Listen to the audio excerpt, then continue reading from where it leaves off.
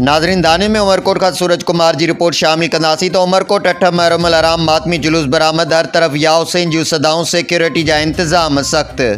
नवासा रसूल हज़रत इमाम हसन अलैहिस्सलाम जो नवासा शहज़ादा कासिम जी करबला के मैदान में ॾिनल कुर्बानी के बेटा पेश करण लाइ ताज़िन सेजन जो मातम जुलूस नबंद सरकार इमाम बारगाह का बरामद थियो।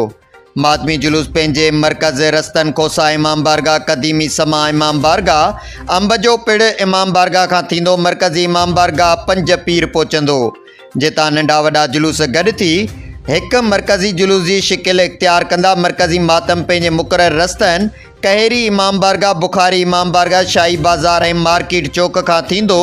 शाम जो मरकज़ी इमाम बारगाह 5 पीर ते नहर थींदो। जुलूस के रस्तनि ते मोमिननि लाइ सबीलनि जी स्टाल लगाई वई आहे ऐं न्याज़ नंगर विराइण जो सिलसिलो पिण जारी आहे। मातमी जुलूस में शरीक अज़ादारनि सीना ज़नी सां मातम करे करबला के शहीदनि के भेटा पेश कई। मातमी जुलूस की सिक्योरिटी जा इंतज़ाम इंतहाई सख्त किया विया। जुलूस के दाख़िली ऐं ख़ारजी रस्तनि के मुकम्मिल तरह से सील करे 100 खां वधीक पुलिस एहलकारनि सां गॾु अलमहदी स्काउट ऐं अल-अब्बास स्काउट जा रज़ाकार जुलूस की निगरानी करे रहिया आहिनि।